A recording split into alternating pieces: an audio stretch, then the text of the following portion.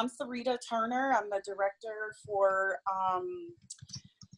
Inclusive Communities for ISC. And most of you who are partners with the PRC, we know each other, we've met before. I'm excited that you're on the call. And I also see some of our partners from the Houston area for another project that we're working on, that ISC is working on with a regional planning process for Houston around resilience. So thank you for joining, and anybody else that's on the call. We're really excited to have you. So we wanted to have this conversation because increasingly across the nation, communities are dealing with the negative impacts of climate change. In California, just 150 miles from where I live, this past fall, we had the deadliest fire in the history of the state. In New Orleans, communities are still recovering from the devastation of Hurricane Katrina. In fact, just last month, while in New Orleans for a PRC partner, our PRC partner, Healthy Communities design session, I had the extremely wonderful opportunity to meet an amazing woman who has just in the past several months been able to return to her home because of the destruction that Katrina caused. For many in New Orleans that didn't have flood insurance, even 13 years after the storm, they are in the process of rebuilding and recovery. It is ongoing. Hurricane Katrina was just one of, I don't mean just one, but it was one of 5 of the deadliest storms ever. And like I mentioned earlier, it happened 13 years ago. That has been a long time. Yet what have we learned about mitigating loss and devastation during weather emergencies? Well, according to the Centers for Disease Control and Prevention, extreme heat now causes more deaths in the United States, in US cities, than all other weather events combined. This kind of devastation indicates that we haven't learned much from disastrous catastrophes like Katrina and other horrible, horrific weather-related calamities. And that we've learned a lot and we just haven't really taken the time and dedication and focus to ensure that we can keep everybody prepared and as safe as possible. And so we want to talk a little bit about how come we're having this webinar specifically for the Partnership for Resilience partners, which really are all located in urban communities that are disinvested and underserved communities. We know that these communities are underserved due to legacy and continued discrimination, including discriminatory land use planning, redlining, lack of investments placed in neighborhoods primarily populated by people of color, and many other acts of systemic racial discrimination. So because of this, disproportionately, people of color and low-income people experience permanent losses of housing, personal belonging, and jobs. They lose long-term health challenges. They experience long-term health challenges disproportionately, and disproportionately there is loss of life in these communities due to these severe weather events. I could go on and on about the losses, but I know our speakers have something to say about that as well, so I'm going to move on. Now that it's 2019, we should be able to do a much better job of ensuring, as a country, we should be able to do a much better job of ensuring that all communities are better prepared to prevent this type of devastation. Why is this not the case? Well, we know money, economics is involved, having information and access to emergency preparedness planning, tools, and resources, are not necessarily made available to communities, the kinds of communities that you all represent on a large scale. And so many of our communities don't even know that these types of resources and planning tools exist. And while no amount of preparation is foolproof, it is certainly better to be prepared, to have a plan, to be informed and aware than not. We think we can do a whole lot better in ensuring that the losses that communities suffer is not as destructive as what we're currently experiencing in our country and what we've experienced in the past. And that's why we're offering this webinar. We hope it's informative. We want you to learn from it, share it. We're recording it, so it'll be available to share beyond today with your networks if you find that to be helpful. So I'm really excited to be joined by two dynamic speakers who will share information that's intended to really help you and your communities be more informed about emergency preparedness and the kinds of tools and resources that are available to you.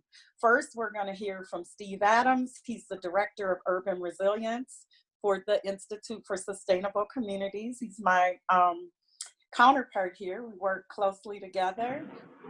Steve brings a long history of working with local and regional governments to plan and implement sustainability, climate action, and emergency management plans.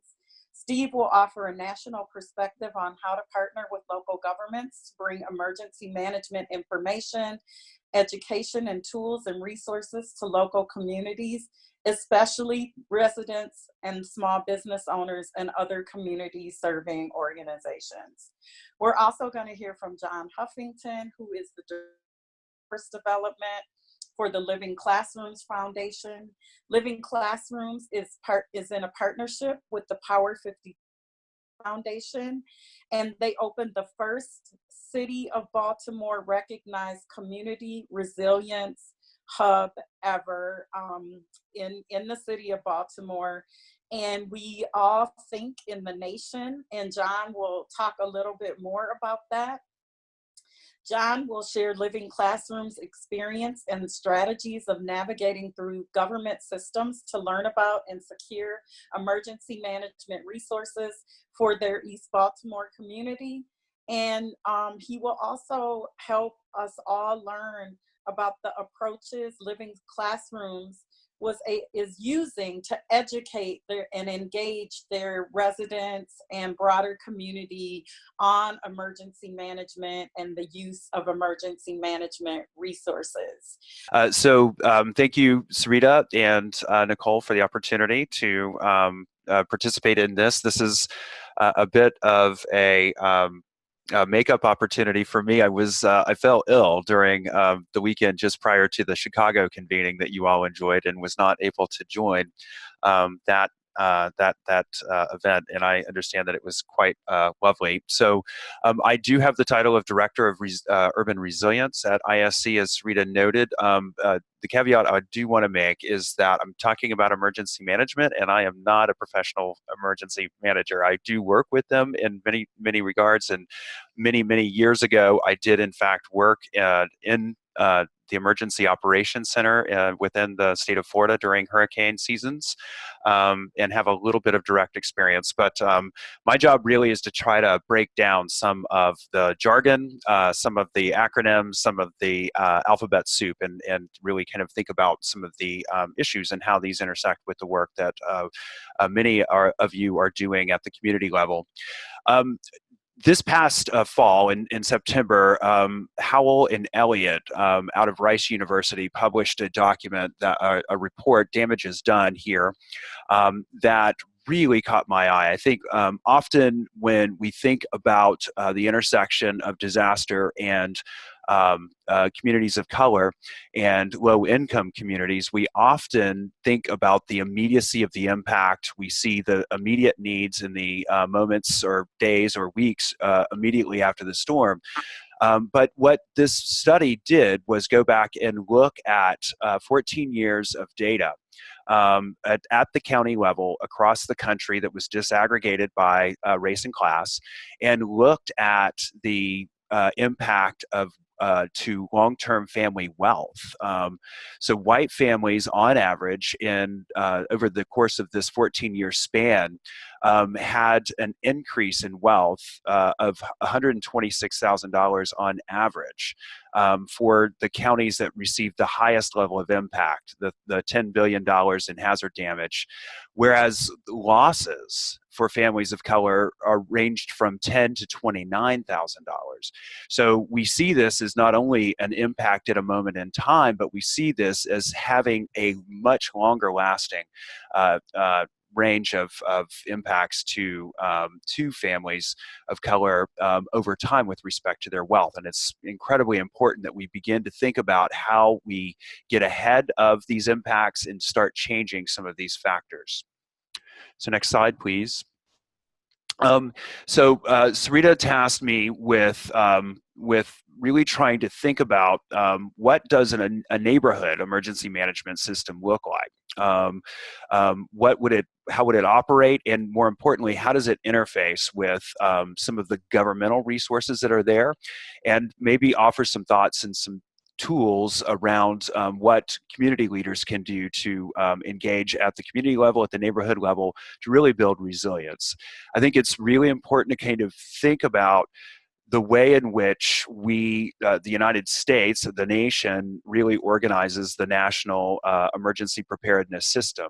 So the default assumption is that prepared or the immediate response to an emergency rests with each individual family. You know, I'm from Florida originally. You know, the guidance at the beginning of hurricane season was make sure that you have 72 hours worth of water and food on hand, candles, flashlights, and an emergency radio, because you have to assume that there's not going to be any first responders able to get to you in that amount of time.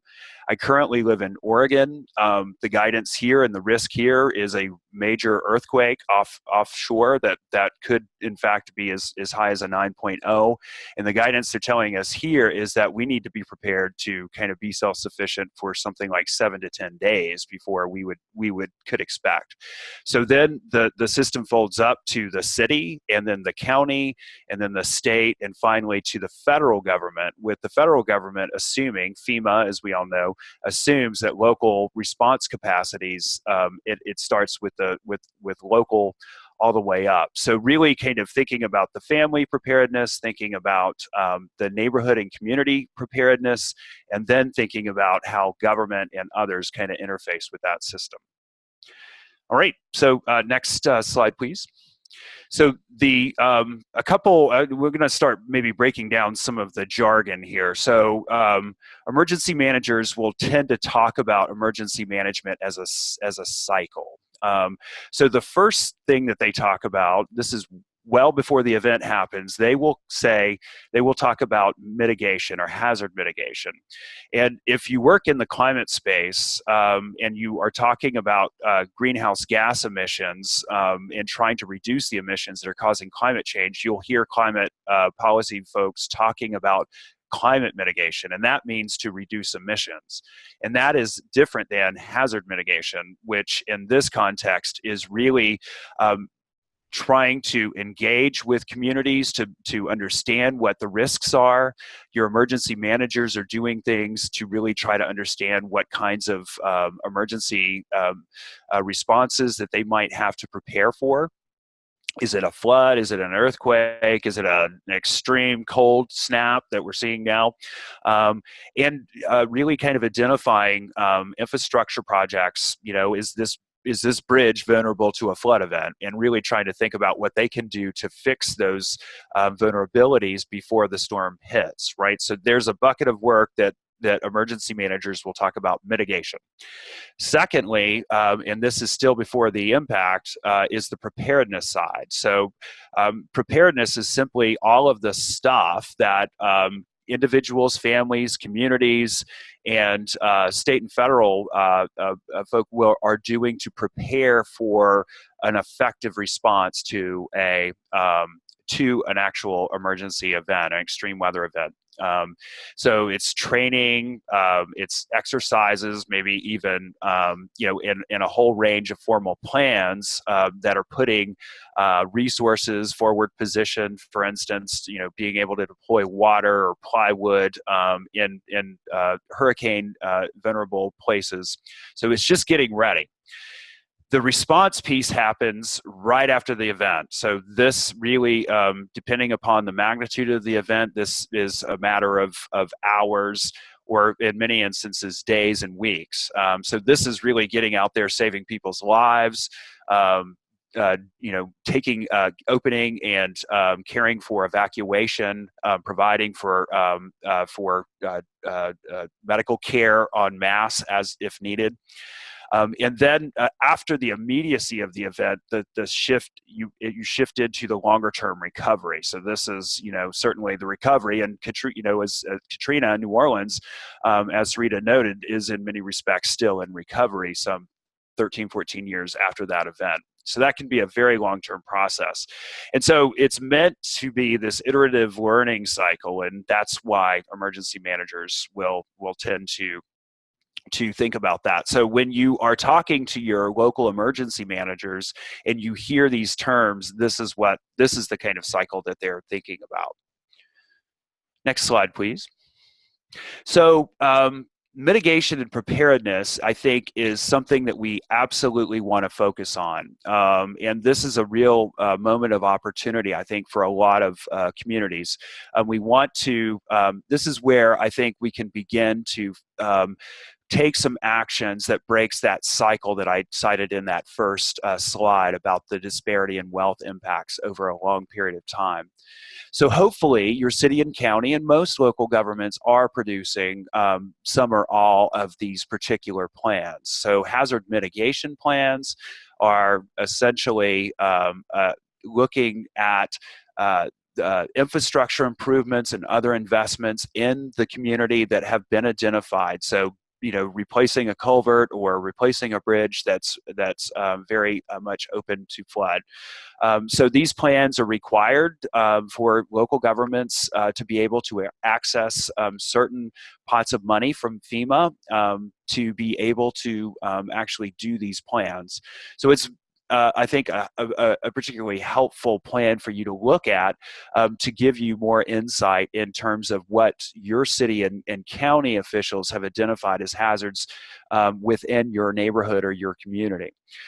Some, not all, are doing this threat hazard identification and risk assessment, and this became very kind of popular following 9/11, when we had a number of you started to add terrorism and human caused events to the longer list of things that we typically thought about in emergency management, like earthquakes, blizzards, or hurricanes. And this really is kind of a deeper dive into a set of questions around what we need to prepare for, what level of capability do we need to be prepared, what are our current capabilities and what gaps exist, and how do we address those gaps. The importance of these documents are that they really give you insights into what your local officials are thinking are the principal hazards and what the capabilities and gaps are. The stakeholder preparedness review is kind of coupled with this, and this is local government's assessment about the readiness of people in the business community, small businesses, community-based organizations, neighborhood associations, or others in terms of how well they're prepared to participate in some of these issues. The other piece that is really interesting to look at if your local government has prepared a THIRA is that they also include, if you have heavy industry in your community, they will look specifically at some of the risks associated in a major industrial accident, that releases chemicals or, air pollutants, and to look specifically at what they think the risks are associated with that. You might want to have a look at that and see if you agree. Finally, another really important plan, if your local government does produce something, is one of these is a pre-disaster recovery plan. So this is the idea that it's better to take the time during kind of a blue sky moment when you're not crazy trying to respond to a number of really urgent demands to think about what you would do to help advance your recovery in the event that you had a disaster. People sometimes will say, look, I can't do one of these pre-disaster recovery plans because I don't know what the actual storm is going to do. I don't know what the impacts are going to do. And, I think that's not right. I think that you can anticipate some of the events that you might be likely to get. And more importantly, if the next slide, please, if you begin to think about how these pre-disaster recovery plans work, they really have the opportunity to integrate with other kinds of plans that you and your colleagues within your communities might really be thinking about. So, you might be paying attention to some of the affordable and fair housing plans that your community has. You might be paying attention to kind of economic development plans or workforce strategies. You might be paying attention to comprehensive land use plans and those kinds of things.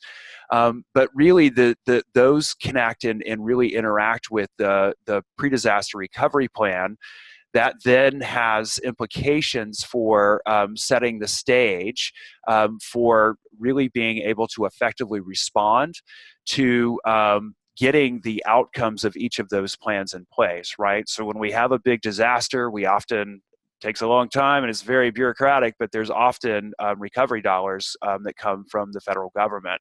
And you have the opportunity to kind of do some pre-planning about how you would allocate those dollars, what kinds of protocols you would put in place, and what you could do to address some of the wealth disparities downstream. A case in point is Katrina. So the enormity of that impact was such that local and state officials and federal officials waived some of their contracting rules. They waived labor law. They waived a lot of restrictions that really were kind of pro-worker friendly and could, in fact, ensure that small businesses of color had the opportunity to share in some of those recovery dollars. They made the decision to waive that because they thought they needed everybody, all hands on deck. And what that really did is that it suppressed wages for some of the lowest income families who are actually doing some of the work. So you can kind of think about some of those issues now, and you can say, no, we're not going to waive that. We're going to make sure that we have good, strong relationships through this PDRP process with the Hispanic Chamber or with the African American Chamber locally to ensure that there are firms that are available and ready to do the work when disaster strikes. Next slide, please.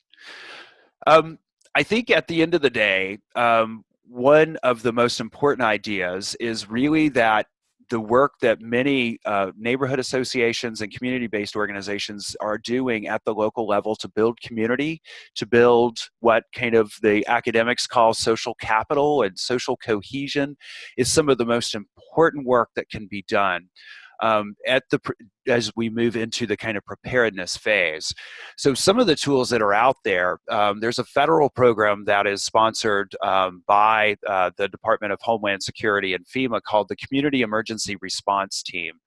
And if you go to ready.gov, and the final slide of this presentation has a few web links for you, you can see that there are a wealth of tools, trainings, model kind of facilitation guides, model agendas that you can use to help create teams, and you can access training opportunities. And really, this is kind of an organized way for a neighborhood group to come together. You get training on how to run a chainsaw or do some of the kinds of things that would enable you to really kind of look after each other in the immediacy of a storm for the first several days or perhaps a week before other resources come in.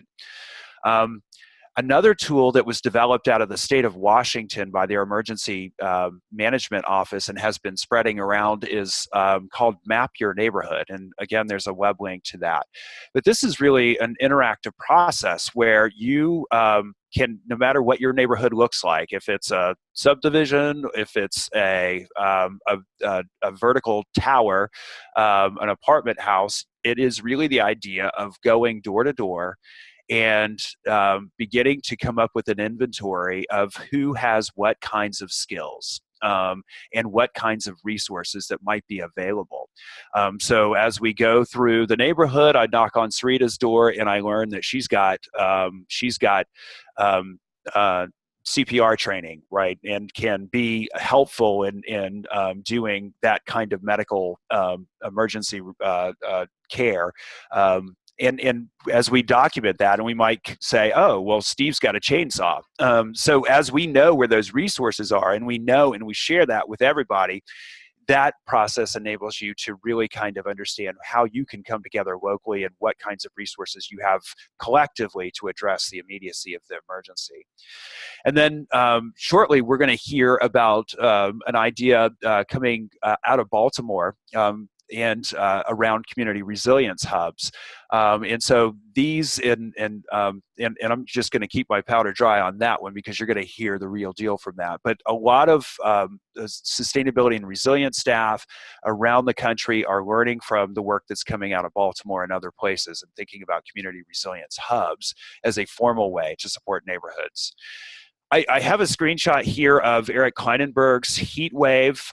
This is one of the most interesting books I've read.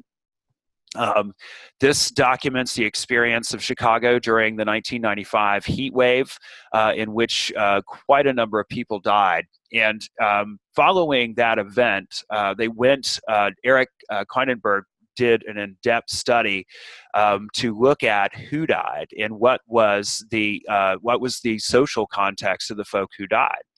And obviously, the neighborhoods and the buildings in which people didn't know each other, didn't have a good sense of who their neighbors were, experienced the highest death rates. And in other buildings and other neighborhoods where people knew each other extremely well, knew that, Mrs. So-and-so lives up on the 4th floor up there. She's frail. We need to look in on her. Those kinds of neighborhoods fared extremely well comparatively. I highly commend the book to you. All right. So next slide, please. The other kinds of, I want to talk just shortly about really just kind of decoding and breaking down some acronyms. So now in that disaster cycle, right, we're after the event and everything springs into operation. And so coming out of the wildfire management world several years ago, the emergency managers from the national level down to the local level have what they call an incident command system. And it feels almost like a military operation as they begin to go. I'm not going to go into this slide, but in depth, but really just wanting you to know that every emergency manager from the federal to the state level is getting specific training in how to operate the incident command system. More importantly, in the next slide is a kind of a standardized operation or function coming out of that is how your local, state, and federal emergency operations centers are organized. So every EOC has, thanks to this incident command system, has standardized emergency support functions. And this is the standard list. So what an emergency support function means is that there is a desk within the EOC that is assigned to work on these issues, and they're under the control of the kind of the emergency management operation director, or the mayor or the governor or whomever. And so as calls for assistance and need come in, they're kind of vetted to see what the issue is, and then they're assigned to one of these desks. I had the unwelcome task of working on energy on the ESF 12 desk during my time in Florida. A couple of points that I want to make here. When you look specifically at this structure, it doesn't really seem to fit, does it, with kinds of needs that we might identify from the community. Some local governments have created new emergency support functions that are directly focused on communicating or being kind of a reference point for small businesses. I think that's a good practice, so they can get the real deal on when power might be turned on, or that kind of information. I think another innovation would really be an emergency support function desk that is really kind of a community liaison, in which people from the community and community organizations that are organizing, perhaps using some of the tools that we talked about previously, have a way to have a point of reference back into this emergency support function. And I would encourage you to engage with your emergency managers locally in your cities and counties to talk about what is the best way for your organization, for your neighborhood association, to interface with the way in which they have organized themselves. All right, and I will conclude with a slide that simply has a few hot links. I think we will provide this deck out to all of the participants after the fact, and each of these are actual hot links to get you into some of the resources that I talked about. And with that, Sarita, I'm going to hush. Thank you, Steve. That was awesome. Before we move on to our next presenter, I want to see if anybody has any questions for Steve that are burning you right now. We're going to have time for discussion later, but want to make sure we have a little time for a couple of questions.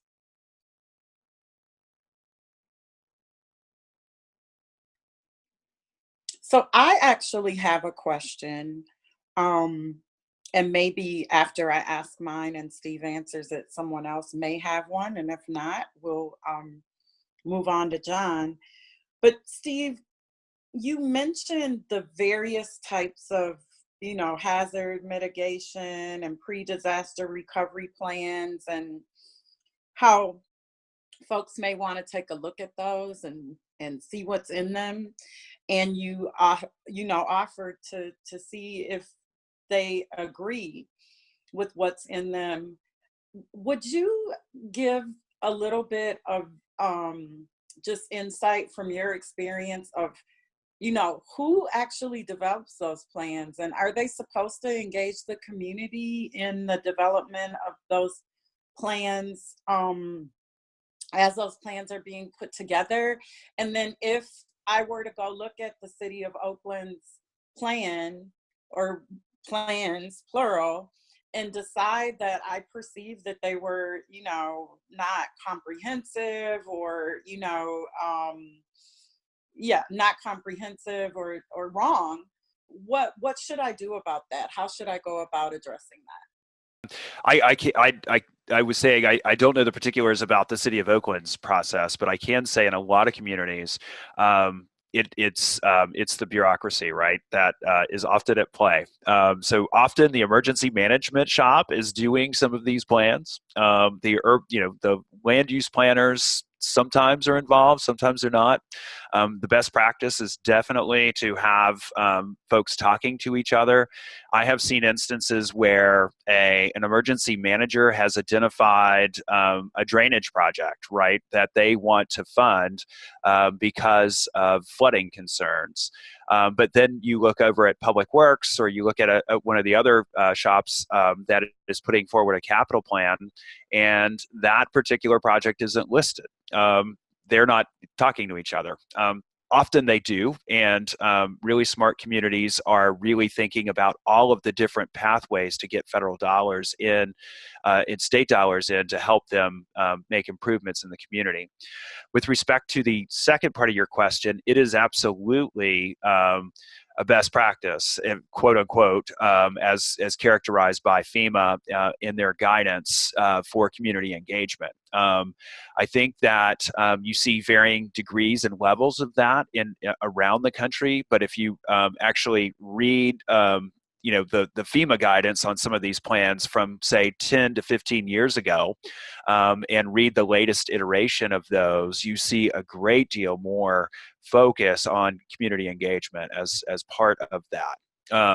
Secondly, in parallel with that, certainly we saw guidance emerging in the latter half of the Obama administration from the Department of Homeland Security to incorporate climate change issues into some of these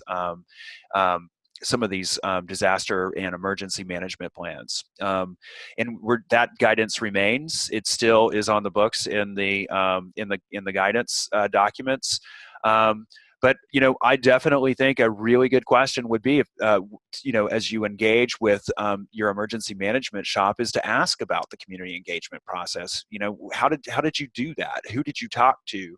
How did you ensure that some of your kind of analysis about the threats that we face as our community really are being kind of ground tested by people who live here? Great, thank you very much. So anyone else have a question? Just feel free to unmute yourself and ask it if you do. All right, well, we're gonna now hear from John Huffington with the Living Classrooms Foundation. Really excited and grateful to John, really excited to have John and grateful to him for being willing to share a story from Baltimore. John, you ready? I'm definitely happy to be here and to be included in this conversation. We do have, we're taking the designation of being the first solar-based community resiliency hub in the country, just because nobody's contradicting us on that one. But either way, this was a convergence of a lot of positive forces, great partnerships, and probably fortuitous luck as we kind of navigated our way through this process. So, we want to share that process with you all and hopefully create a learning experience or even a training experience of, what we were able to achieve and what we're still trying to achieve as well. It began with us in about 2016. A lot of different things were sort of synergizing at the same time. We were forming a partnership with Power 52, which is a solar training organization. We had applied for, one of the initial grants of the Institute for Sustainable Communities, which we were awarded. It was ourselves in Detroit. We were the initial cities of that. So bringing these great partnerships into play and then forging, ahead towards a common mission, which was to turn 3 of our community centers into resiliency hubs. And we had, when we put our community centers in play, we're actually invited by these communities to come in, and we are surrounded by, I guess, best definition would be marginalized communities in which these community centers serve. And we always do community surveys. We always get active with tenant councils. And, like everybody else around the country, we saw what happened with Katrina and the lack of service and the lack of attention to the marginalized communities, the lower income areas. And, we wanted to be a good partner. It's one thing to have a brick and mortar building there. It's another to have, what can you do with that? How can you truly be a partner, not just for after school programmings or adult workforce, but really to create a centerpiece for that community to rely on, to utilize in state of an emergency, a place to go, a safe haven. So, through the convergence of all these resources and partnerships that we had managed to pull together, we were already having some conversations with the city, and our avenue into the city was through the Baltimore Office of Sustainability. And they had started creating some hubs or working on creating hubs around the city. They had received some grant money, but it wasn't really progressing, as fast as what they had hoped, I guess, as well. Again, with our resources, we just jumped in. We didn't ask them for any additional funding, but we definitely wanted their resources. We wanted their guidance and their input in how to best develop this. The hubs are there, for recovery from both natural disasters, high heat, flooding, hurricanes, storm or earthquake, but also man-made disasters, that could come our way, fires, explosions, even an uprising. And, I guess Baltimore kind of hit the map for that with the Freddie Gray incident, murder, and then the uprising that came from that. These things we need to make sure we're prepared for, and that these hubs are equipped, to be a centralized location for that community. They need to have access to fresh water. They need to have communication through radios, two-way radios, charging stations for cell phones, ability to get out of a snowstorm, either with snow shovels or snow blowers. And then, incorporating energy efficiency. So with our partnership with Power 52, we were able to add in a component of the solar resource. So we put solar panels on the roof, and we were able to tie into the microgrid and have a battery backup so that if the power goes down, we have sustainable power for the next 72 hours. At our powerhouse, we've already activated, I think, 5 times now. There were a couple of brownouts and blackouts that occurred where we were able to activate the hub. So these are minor incidents, but they're important to that person that needs their medication refrigerated. They're important to that person that needs power for a breathing apparatus or what have you. And again, it's a safety factor when you have lights and the rest of the community does not have lights.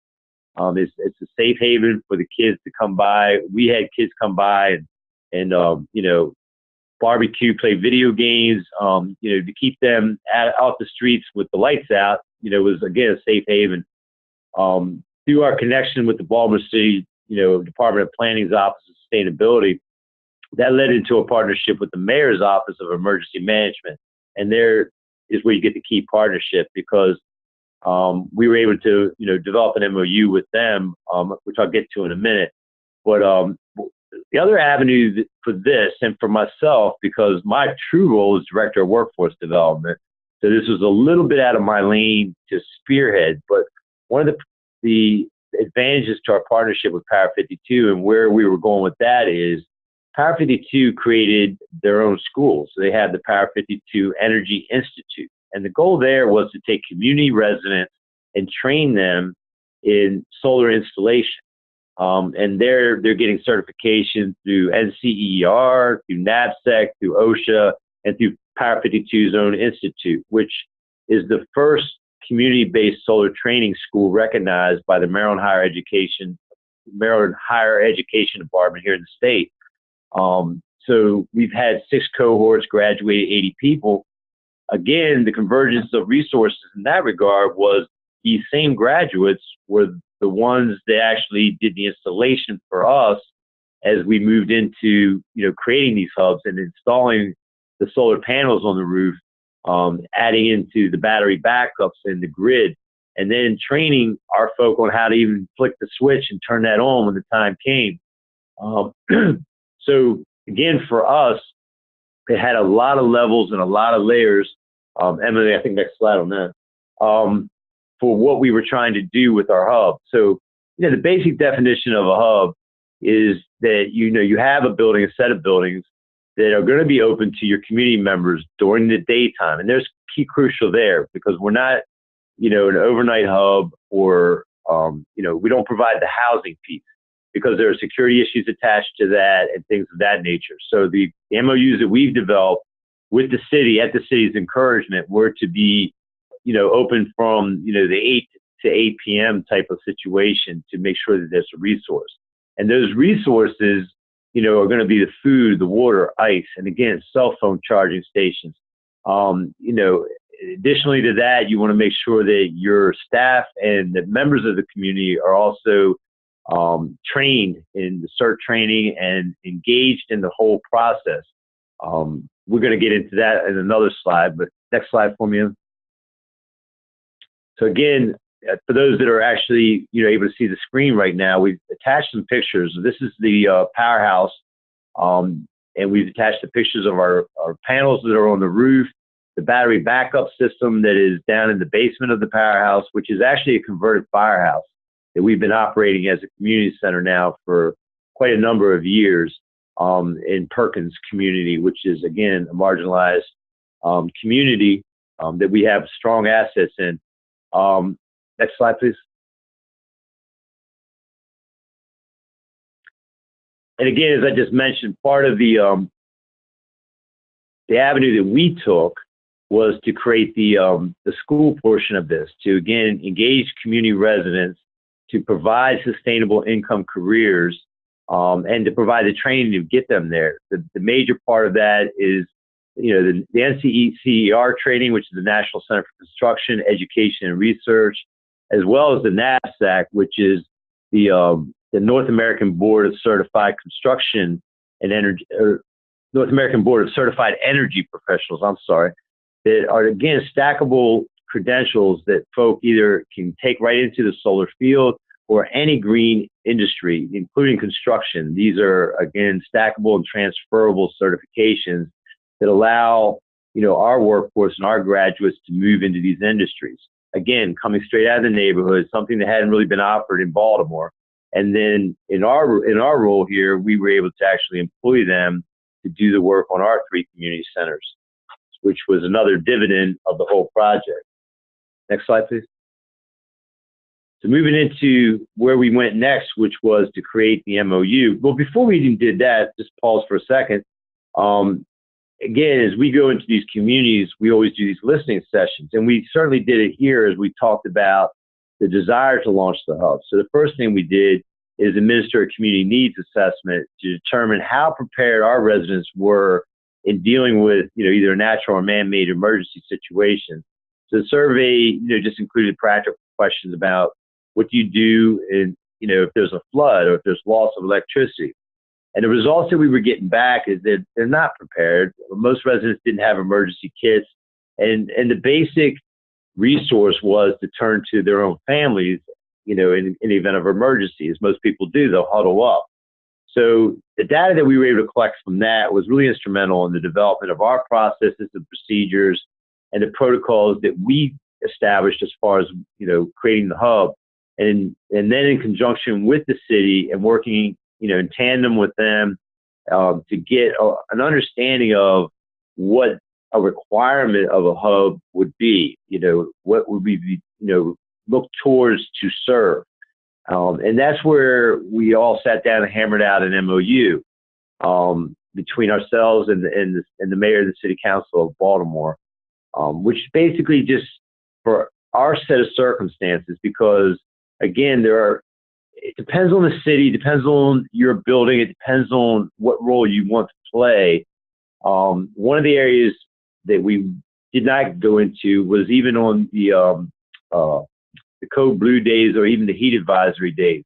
While we will activate our hubs if we can, our hubs are also used for programming, for after school programming, and sometimes during school hours. So we have children in the hubs.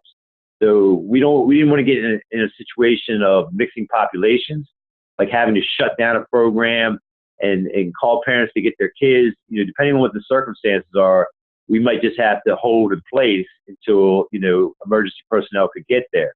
So we didn't want to just automatically become part of what in Baltimore is run through the health department when they call code blue day or heat advisory day, and they use them as cooling centers or heating centers. So what we entered into as an MOU was along the lines of a natural emergency event or a man-made emergency event.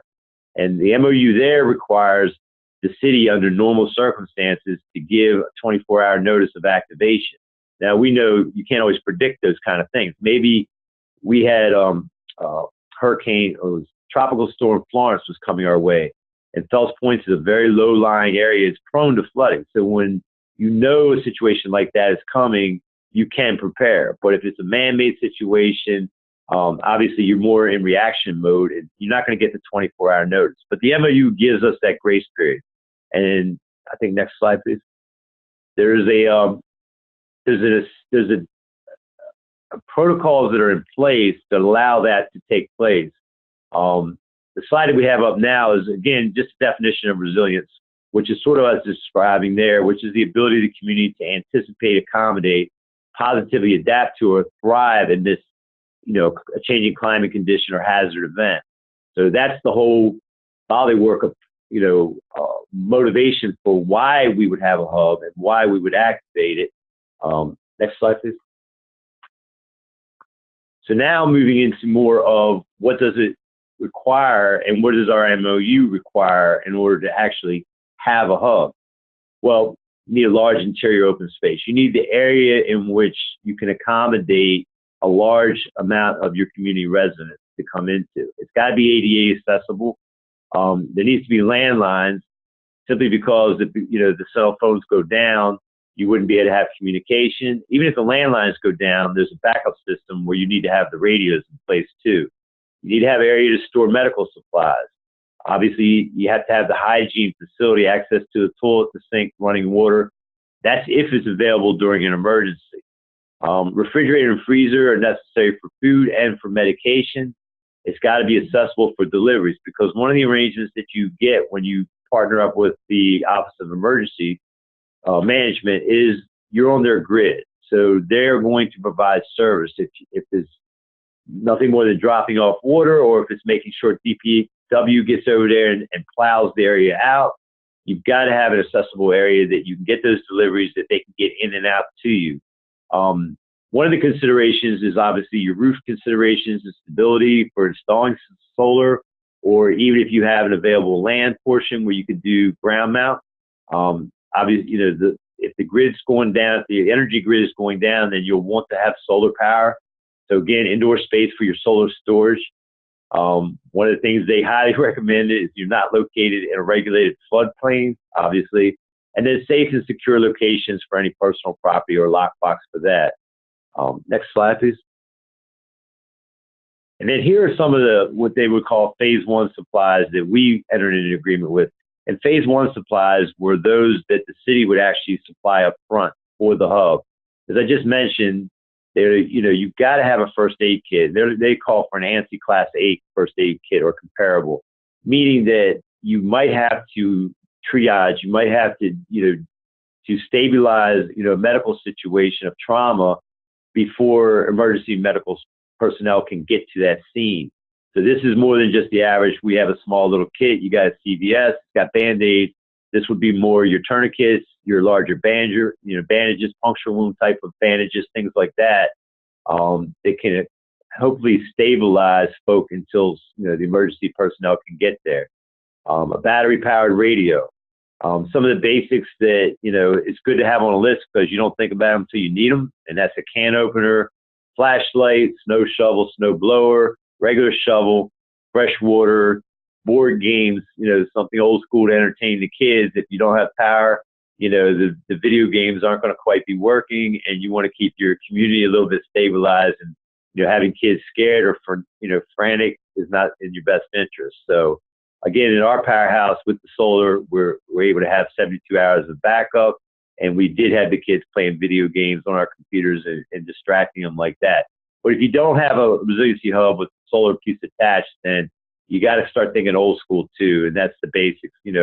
Maybe even one of those hand crank radios, definitely, a hand turn can opener, things of that nature that are going to allow you to deal with emergency situations. Next slide, please.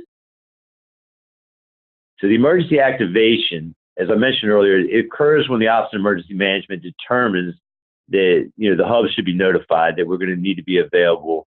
The MOU gives us that grace period of 24 hours. If it's less than 24 hours, then it's understood that we as the foundation are going to do it as quickly as we can. But again, because it's an MOU, we're not bound to that. That way we're not fallible if we can't do it as quickly as one would hope we do, but obviously we want to do it as quickly, as feasible as possible. In order to do this activation, we have provided the city with our lead contact and 4 backup contacts. So there's a phone chain that's been provided to the city. And then on that phone chain, internally, we have an additional phone chain that occurs So, for instance, if I'm number 2 or number 3 on that phone chain with the city, once I do get that activation from them, I additionally have 3 to 4 people on my list to call. That way, we'd rather be duplicating the process, making sure that we're responding than assuming that everybody's been notified. So it's a lot of redundancy built into it, but there's also a lot of extension built into it that allows our network to expand out on each one of those calls as well, and make sure that we have the appropriate folks responding in that regard. Next slide. So again, as was earlier mentioned, it's really important is the CERT team training. The city provides that for us, and actually, it's interesting as we've gone forward with that. We've done two of these classes so far, and when we do the classes, it's a blend of not only our staff that have the keys and we know are going to get there as quick as they can, but it's also a blend of community residents as well, for a couple reasons. One, we want as many people possible trained in CERT as we can. First of all, it empowers them. It gives knowledge. It gives them better understanding of our resiliency hub as a resource, and it provides for that teamwork to occur. As we've done this, it's interesting that the city itself just sent us an email at the beginning of the month, actually putting further trainings on hold because it's now more of a learning process for them as well. So they're taking, a more generalized approach to it for preparedness, resiliency, and response. So some of the things that they're now looking to incorporate in the CERT training is like traffic control for the situational awareness of special events, and door knocking for citizen awareness and information gathering. So through the process of working with our teams, they're refining the CERT training itself to be more specific for the neighborhoods that we are trying to empower with this knowledge, with this training, and with this leveraged access into the city. By incorporating community residents into the training too, we're establishing that communication link directly for them as well, because you walk away with new connections, you walk away with training, you walk away with empowerment. And again, we found through our initial surveys that most of the community residents didn't even know the services existed. It's one thing to call 911 and depending on your neighborhood, they eventually show up. It's another to have direct access to, a director of the emergency management system or staff that are very much equipped to deal with this and to, be attached to a resiliency hub that is on their radar, that is on their grid, that they already are planning to service. So I think that really goes a long way to building a sustainable community because, we're empowering the community themselves to be a part of that process. And we've done that a lot through, as I say, our surveys, but we're also very active with our tenant councils. So that's a great place to start, working with either your community organization, your tenant council, whatever that organization may be. Attend those meetings, present to those folk at those meetings so they can carry it back into their own community and understand exactly what the offering is and how they can become involved. And the more they're involved, the more ownership you give them, the more shared partnership it is. And, by its very nature, it becomes empowering to them as to us. And that's the approach that we've taken. With the support of the ISC, we've done several community engagement pieces. We've got our flyers are out there, our banners are hung. We actually have a couple more community engagement events planned. And these community engagements don't have to be anything more than, have a barbecue. Throw some food on the grill, get them to come over, have a table set up, talk to them about what you're doing, provide some flyers, supply some refrigerator magnets, something that, that they're going to hang on to, a keychain, whatever. But really it's the one-on-ones. It's really getting into, the neighborhoods themselves, make sure you're interacting and engaging with them and explaining to them the processes of what we're doing, who we are. And again, my true role as workforce development director, it feeds that lane for me because I want the adults to come in. We have after school programming with our kids, and we're always trying to engage those adults that are sponsors of the kids, whether it's the parents, the aunts, the uncles, the grandparents, whoever that is. We take a very holistic approach to, uplifting our communities, through a very, it's a multi-generational approach to disrupting the cycle of poverty and creating safe, in habitable neighborhoods in which to raise their kids that are healthy and wholesome. So, again, the hub gives us that opportunity to centralize and give them a resource, meaning the neighborhood themselves, to own that piece of it and be a part of it. I think there's no more slides on that, or one more slide. Oh, well, there's a picture of our hub, and everybody's going into it. So again, and even in there, you can see the picture of our banner that's hung outside. So we have exterior banners as well as interior banners. Our flyers that we've had printed up, they give all the contact information and also a description and a map of our local operating area. So I think, I know Sharia is going to have some questions for me, but I'll do like my predecessor and say I'll hush at this point and take questions. Thank you, John. That was a great presentation. Lots of really rich information. Before I ask any questions, I want to turn to our participants and see if anybody has any questions for you from those folks that are listening in. So feel free to unmute yourself and go ahead and ask a question if you have one. Hey, this is Gloria Fisher. Oh, sorry. Go ahead, Gloria, and then that other person will get to you next. Okay. Hey, John, good to see you. Good presentation. But I wondered if that list, those things that you said that sometimes you don't think about, the list of the things that you need, the radio, the flashlight, the can opener, if that will be available for us, because we're in the process right now of doing an emergency plan for our apartment buildings, and that would be really good to have. Yeah, I think like Steve said, I think our decks are available, will be available after the presentation. I'm sure, correct me if I'm wrong, that those will be available. Okay. Yeah, definitely. Okay, perfect. Thank you so much. Really good presentation. Thank you. Okay. Someone else was trying to speak at the same time as Gloria. Please go ahead. Hi, everyone. This is Philippe calling from Global Green. I have a question about the certification and training. Is it expensive to get someone to certify as a cert person? And also, is there any chapter that you know of in the New Orleans area? I didn't hear the last part of it. I heard, is it expensive? So Steve can answer probably more than I on the regional. I know it's part of our MOU with the city is that they will provide the cert training. So it is free for us, but I can't speak to how that might look around the country. Steve, you want to take that? In all the places that I'm familiar with, it is a service that's free. The trainings that local governments largely organize and put together. I think the biggest challenge is finding space.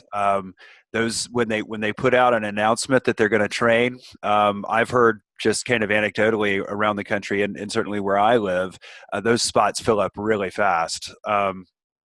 But I am not aware of a model at the local level where folks have to actually pay. And the second part of the question about New Orleans, I don't know if there's a CERT program. There are not CERT programs everywhere. And certainly, in calling your emergency management office and asking that question, and if they say no, we don't have one, encouraging them to get on and do that. Absolutely. Thank you.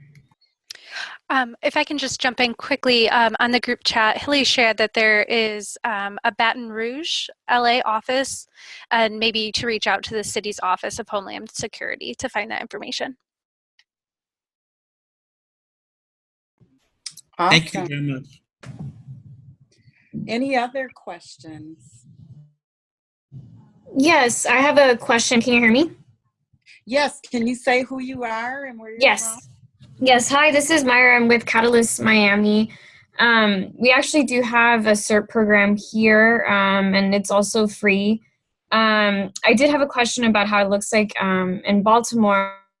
They've had a lot of graduates from the program, and we've encouraged our community members to do it, and they've enjoyed it. But the issue that we found is that once they go through the program, they're not engaged afterwards. And so we're kind of losing, potential to have, CERT members be engaged when a disaster might happen and stuff. So I was curious on your end, if on the other side, on the county side or the city side, if, they're great about engagement and what they're doing to keep those CERT graduates involved in throughout the processes that you've been mentioning.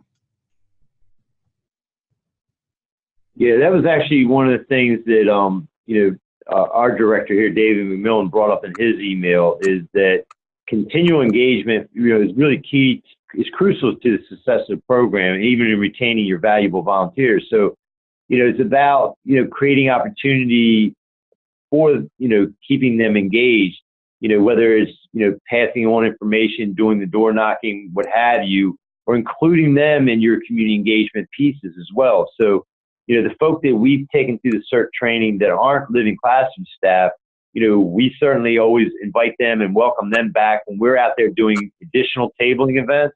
It's always good to like I said, one thing we really want to do is establish the fact that we're part of a team. It's not just here we are living classrooms and, we're going to run this resiliency hub. No, we built this resiliency hub. It's yours. This is your community. This is your resource. We're here to facilitate that and support you in that endeavor. But we really do want to be, a partnership. We want to be a team with the community so that they are empowered to be a part of that decision-making process, to be a part of that, when we activate it, what better, face to have at the door than their own community, welcoming them in and helping to, alleviate stress and trauma of whatever the incident is that brought us there in the first place. Thank you.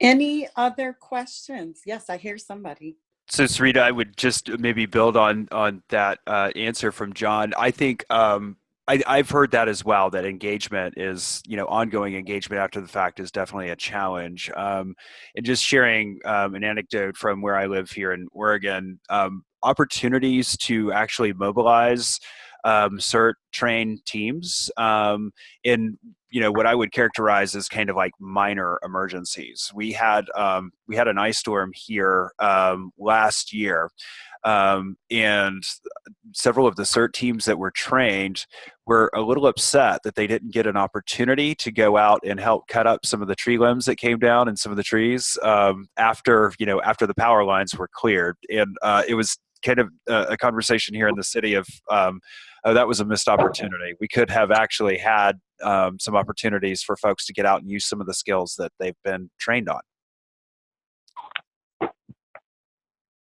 Great, thank you, Steve.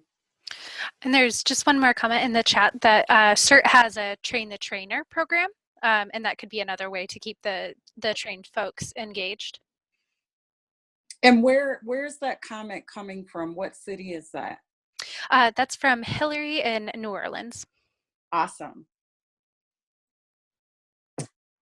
Any other questions?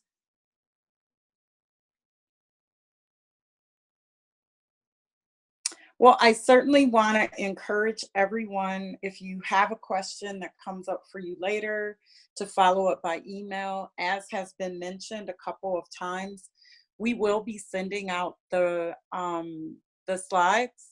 The webinar also is being recorded, so we will send out the slides and the recording for the webinar, so you will have access to those. Feel free to share them with your networks and with the community members that you're all working with.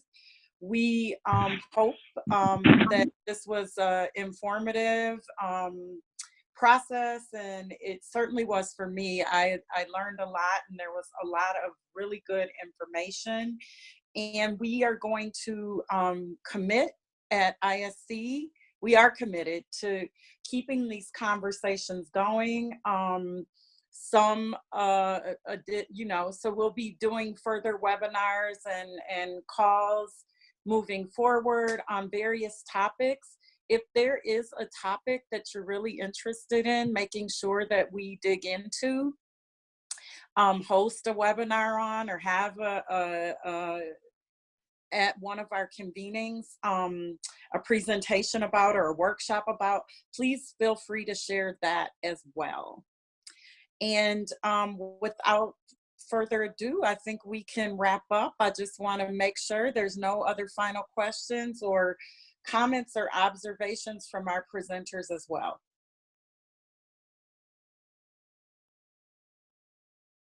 Well, great. Thank you, everyone. Have a wonderful rest of the day.